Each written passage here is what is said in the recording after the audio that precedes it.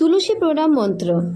তুলসী গাছে জল ঢালার সময় ভক্তি ভরে এই মন্ত্রটি আমরা জপ করে থাকি। ওং গোবিন্দ বল্লভাং দেবীং ভক্ত চৈতন্য কারিণীং স্নাপয়ামি জগদ্ধাত্রীং বিষ্ণু ভক্তি প্রদায়িনীং। এছাড়া আমরা সহজ ভাষায় অনেকে এটা বলে থাকি, তুলসী তুলসী বৃন্দাবন, তুলসী তুমি নারায়ণ, তোমার মাথায় ঢালি জল, অন্তিমকালে দিও স্থল। নিয়মিত সকালে স্নান সেরে 3 বার তুলসী দেবীকে প্রদক্ষিণ করে তার মাথায় আমরা জল ঢেলে থাকি।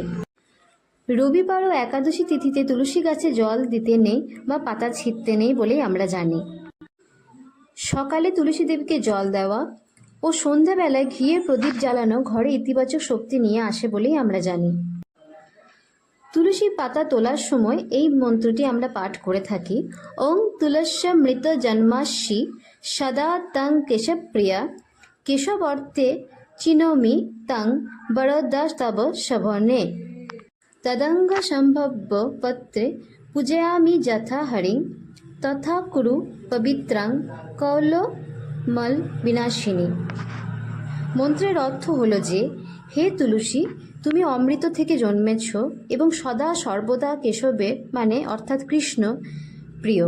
কেশবের পূজার জন্য আমি তোমার পাতা তুলছি। হে পবিত্রতা, আমাকে তুমি আশীর্বাদ করো। তুলসী পাতা রবিবার, সংক্রান্তি, পূর্ণিমা, অমাবস্যা বা দ্বাদশী তিথিতে তোলা নিষিদ্ধ। তুলসী তলায় সন্ধ্যা প্রদীপ দেওয়ার সময় ভক্তি ভরে এই মন্ত্রটি 3 বার জপ করা শুভ। তুলসী তলায় দিচ্ছি বাতি, সাক্ষী থেকো ভগবতী, সাক্ষী থেকো দেবগণ, দেখো লক্ষ্মী নারায়ণ। তুলসী তুলসী নারায়ণ, তুমি তুলসী বৃন্দাবন, তুলসী তলায় দিয়ে বাতি, আমার হোক বৈকুণ্ঠে গতি।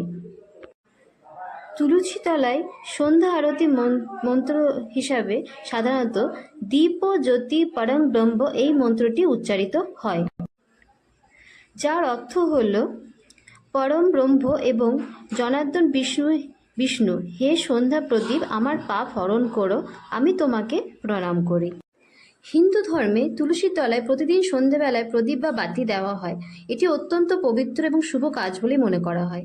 শাস্ত্র মতে প্রতিদিন তুলসী তলায় প্রদীপ জ্বালালে সংসারে সুখ, সমৃদ্ধি ও পবিত্রতা বৃদ্ধি পায় এবং অশুভ শক্তির প্রভাব কমে। সন্ধেবেলা, বিশেষ করে গোধূলি লগ্নে মানে সূর্য ডোবার ঠিক পরে প্রদীপ জ্বালানোই সবচেয়ে শুভ। ঘি অথবা তিলের তেলের প্রদীপ জ্বালানোই শ্রেয় বলে মনে করা হয়। আর মাটির প্রদীপ ব্যবহার করা তো খুবই ভালো। মনে করা হয় তুলসী তলায় প্রদীপ দিলে মা লক্ষ্মী প্রসন্ন হন এবং সংসারের অভাব